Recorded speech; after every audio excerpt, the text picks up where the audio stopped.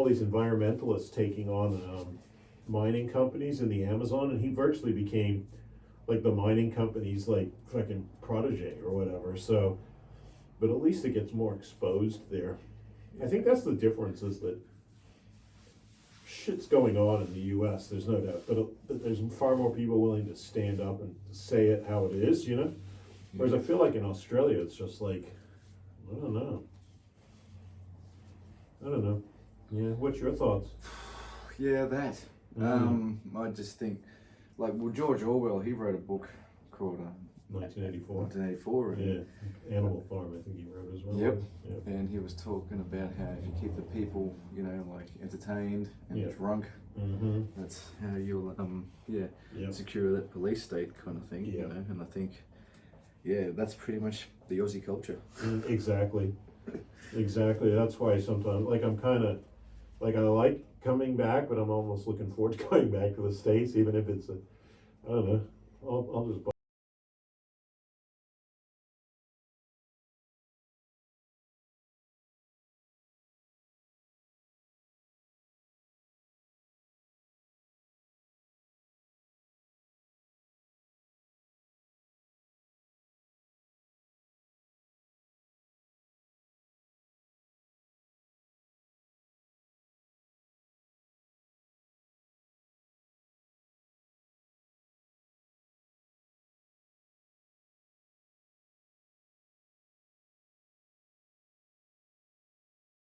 responsible guy, you know. He like looks after it. He's not like a radical dude. He just strongly believes, because in New Hampshire, their state motto is "Live free or die." Yeah, right. And that's so a lot of people. Hampshire. New Hampshire, yeah. So it's over near Vermont. It's a smaller state, but it's one of the first 13 states, you know. Yep. And it was just really interesting talking to him about about the Second Amendment, you know, the right to bear arms against the because they're really paranoid of tyrannical governments there. You know, it's like that's the topic of conversation. You know, yeah, right in there. It's really tight. And it was just really interesting because I've never owned a gun myself, you know, but I've started to just realize power lies with the gun. You know what I mean? It's not just with the pen. I mean, yeah, the pen's great, but revolutions are fought with guns, you know? Yeah. And power, people are controlled by guns. You know, like here, we're scared of the government because they have the guns. Yeah. Wow. And it was just interesting. It just seems that someone in the military just has to, the George Washington has to be coming out of the military then. But the military, I think, I was talking, because my dad was a acting captain in the Australian Army. And he said, I was talking about all this war crime, you know, like, because a lot of the soldiers, I think, that they've got now are inculcated into a perverted thing of killing innocent people and stuff, you know. And I think they purposely did that. I think a while ago they didn't want soldiers with honor. I think what they've done is tried to get people who are more like hired killers in the SAS and stuff like that. Yeah, that's right. Is that what you? Because that's what my dad said. He said there's no way that those, like the execution of prisoners and things like that. I mean, yeah, sure, it happened in World War II with the Japanese, but in general, like there was more. He said that there was more honor, you know, and there would have been probably more likelihood that the military would have had a coup, you know. But now, I don't think so. I think that they've also made sure that the Australian Army are again more obsessed with drinking and you know, but chuck in a bunch of people that are immoral killers, right? Who you can also control. Yeah, well, that's what all the recent stuff with the bloody the SAS. Exactly. I mean, the SAS, as if they didn't know about the codes of war, right? Like, you know, you don't go killing. I mean, they were drinking from that guy's prosthetic leg that they executed, right? Yeah. I mean, how much more weird do you get than execute a guy and take his prosthetic leg and drink beer out of it? Yeah, that's pretty sick. It's sick. Like, that's a sickness, you know what I mean? Like, especially when he wasn't even the enemy combatant. He was just an innocent thing. That's sick. And if that's the elite of your armed forces doing that they don't know better. And guess what? The only person that's been put into jail so far with all that war crime stuff is the guy that blew the whistle on it. Yeah, that's right. He's the only one. So how fucked up is the military in Australia when they got no honor? They're not like godly warriors. You know what I mean? Like they're not like people that believe in God and go, hey, I have I'm protecting innocent people because like No. like police and military should be, right? Because they're and I think that they've purposely done that because it's kind of like the Nazis when in World War II, in the SS, they actually rid the prisons of a lot of like murderers and stuff to fill up the Einsatzgruppen and stuff who did a lot of the executions of the Jews and the political opponents, because the regular army started to refuse to just execute innocent people because it was against their code of honor. So Hitler didn't like that. He wanted people that had no honor, that would, and I think that what's going on with the SAS. Was that all there, is it, Brandon? Yeah, it is more indicative of something that would have happened in Nazi Germany. Like, why are people executing? You know what I mean? Like, rather than a modern military, yeah, they'd know better. I mean, like it's like professionalism 101 as a soldier. You're there to fight a war. You're not there to kill innocent people. There's a big difference, right? There's a huge difference. One's a murderer. One's a sadistic murderer, and one's an honorable person fighting against, people that are taking away other people's freedoms. Right.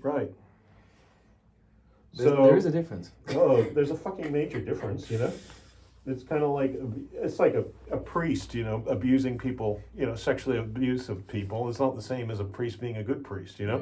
Or a cop. If you're a cop and you're enjoying the fact that you're shooting innocent people, because that's basically what the military is kind of like, like a sort of police force in a sense, but they're global and international, and also representing Australia. Yeah.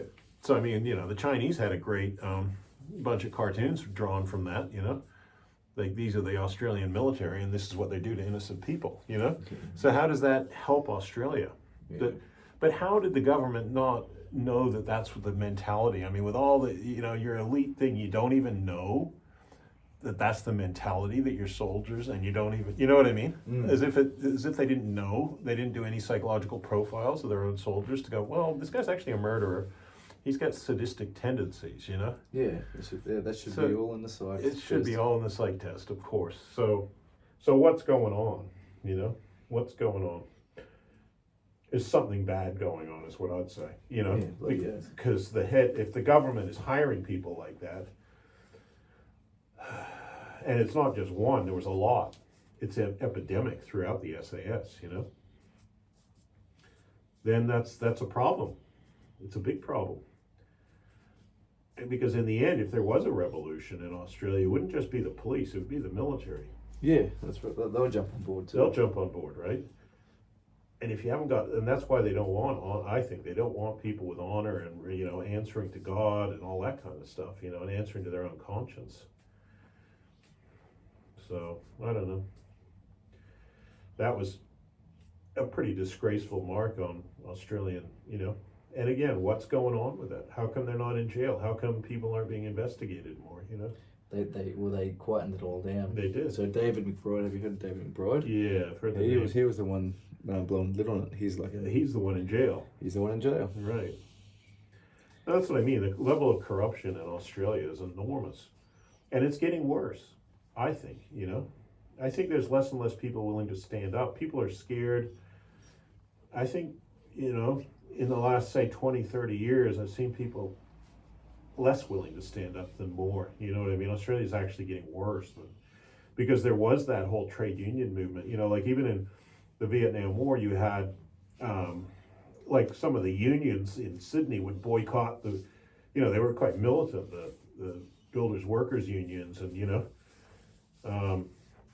people have voted in Whitlam and stuff like that, but there's no movement like that in Australia, Yeah. Currently. It's just more people are isolated, people are caught up, I think people are confused, I think people are disempowered. And it's sad, if you ask me. It's sad.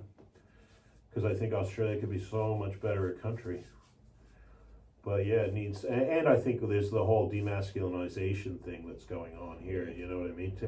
That once you demasculinize people, they're not going to fight. They're not going to, you know what I mean? They're just being, you know, like I was talking about before, with that whole even just men are bad. You know, Yeah. even in domestic violence situations, it's not gender based.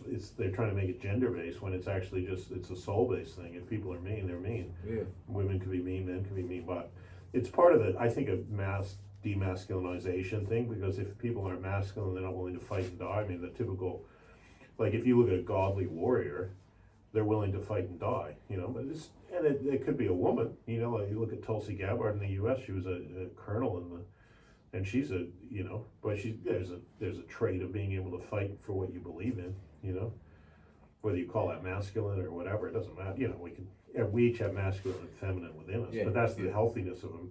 The healthy masculinity is to protect your loved ones and to protect your country and to serve God in a way that, you know, may require you to die on a battlefield. So yeah, I think that's getting less and less in Australia. It's getting less and less all over the world, but particularly Australia, I think, and Canada.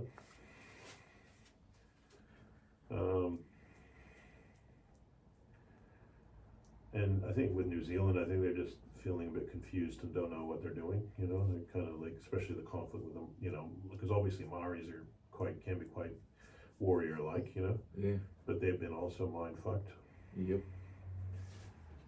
That's right. So it all comes back down, and then you got the British with, you know, like it's just they're a bit confused too. Yes. Yeah. And I think the problem with the British is that they've been mind bred to believe that being British means that the monarchy is part of British society. You know what I mean? It's part of being English, part of, you know. Whereas, why does it have to be? You know, they're just people that are exploited, and you know, and it's this whole idea that in England it's just so inculcated into people that, you know, class and, you know, like, instead of people all being equal. Yeah, so.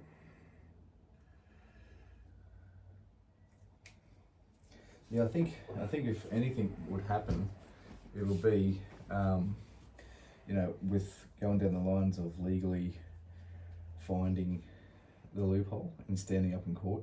But the problem is that the courts are all established by the British. You know what I mean? And they can corrupt those courts. Oh, they have. Well, they have, and they'll continue to do so. You're not going to win in court because, well, the judges are, first of all, that's what I realized when that whole health ombudsman thing. It's like these judges are all appointed, you know what I mean, by the powers that be. Yeah. So it's kind of like you've got this justice system that, again, who set it up, and who's even appointing the judges, you know? And I think that's the key question, because otherwise you're again, we were putting see, the Americans with their revolution, they didn't put the faith in the justice system of the British, you know, because in the end, all power lies with the monarchy, and if the monarchy's corrupt, and I don't think, like I Prince Charles or King Charles or whatever, I mean, I think, like, you know, he had some good things going on a while back, but I think he's right into the. He's not standing up for what's right, you know? No. He was in bed with the Saudis with their arms deals and stuff. He was actually into natural medicine when he was more, you know what I mean? Like, he had some good things, but he's pushed down by the powers that be, you know? You wonder that. You wonder who they answer to. Yeah. That's what I learned at the beginning of the year. There's 3 crowns. The financial crown, the political crown. The crown was in Washington DC, which is like the corporate crown. The financial crown is in the city of London, as opposed to London City, or is it London City or City of London? And there was the spiritual crown, the Vatican. Oh, right, yeah. And like they're the 3 crowns of the world that's meant to be running everything. Yeah, well, not surprising. Probably who King Charles answers to. Well, yeah, of course. he's definitely answers to other people. You know, there's no doubt about it. He's not like a, and a lot of people think, oh, that's great. That's pretty charged there, isn't it? Mm-hmm. That's why I think we just monarchy, got to get rid of the monarchy, and you know, have like an elected president, at least with what's going on in America. Like whether you like either one, at least there's a hell of a lot of debate, a hell of a lot of ideas. If they can keep their democracy secure, and then people are allowed to debate, people are allowed to have their points of view, and you can hear it, you know, then, you know, that's the best system that's possible, I think, on this planet, you know, in this day and age. Yeah.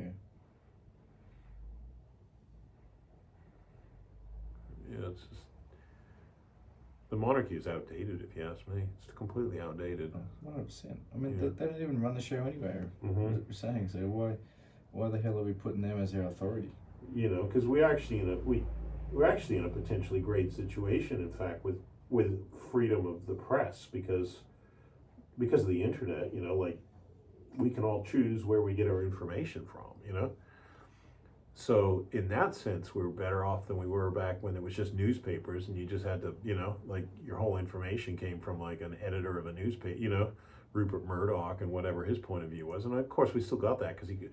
But like, even if you don't like the mainstream, there's plenty of different, you know, internet websites you could look at to get your information or whatever, you know. So we are in the information age. So why not then? Shouldn't democracy kind of reflect that? And the idea of debating, you know, the whole First Amendment to the U.S. Constitution is to protect speech that isn't necessarily the mainstream. You know, and then and how things get resolved is through debates, and through, you know, like if somebody's got a stupid idea, it shouldn't be censored like what they're trying to do now. It should just be somebody debates it, you know, and provides, instead of like, because you know, Australian government's right into all that kind of like censorship, and you know, like they don't want, they were trying to stop Candace Owens from coming over to Australia because we don't like what she's got to say, you know. Who doesn't like what she has to say? The Australian government. Yeah, that's stupid. It's stupid. If you don't like what you got to say something else and defeat her in argument. Yeah, you know? that's right. That's how it should be. That's right. Yeah, if you don't like what saying, just like prove her wrong. Exactly. Prove her wrong what she's saying. Yeah. Yeah. Otherwise, it's just okay. Yeah, well, she's saying the right thing, and you're covering up. Right, and that's what was happening during COVID as well. All that kind, you know, like if people should be able to, you know, defeat each other, or whoever makes the most sense. You know, people go, oh right, wait, actually that makes more sense than, you know, instead of like, ooh, shut that guy, he's not allowed to speak, you know. It doesn't work anyway, because most of the time when the government tells you not to listen to somebody, what's the first thing you want to do? Okay, why? Yeah. Why? Okay, let's listen to this guy. Yeah, Why doesn't the exactly. government want them to? That's right. So freedom of speech, that's the whole basis of it. It's not that everybody's right or anything like that. It's that from the best interests of the public, from the whole we the people, you know, when we think we the people, of the people, for the people, is to provide debate so that, you know, people can become educated, make a choice, you know. If there's 5 different points of view on a particular topic, then let them all debate, you know. And hopefully the majority of people will be intelligent enough to figure out what's true and what's not, you know. Otherwise, you haven't got anything else. Otherwise, you just got a minority deciding. And they might think they're smarter than other people, but they usually got self-interest. Yeah. So you're always looking at some sort of imperfect system.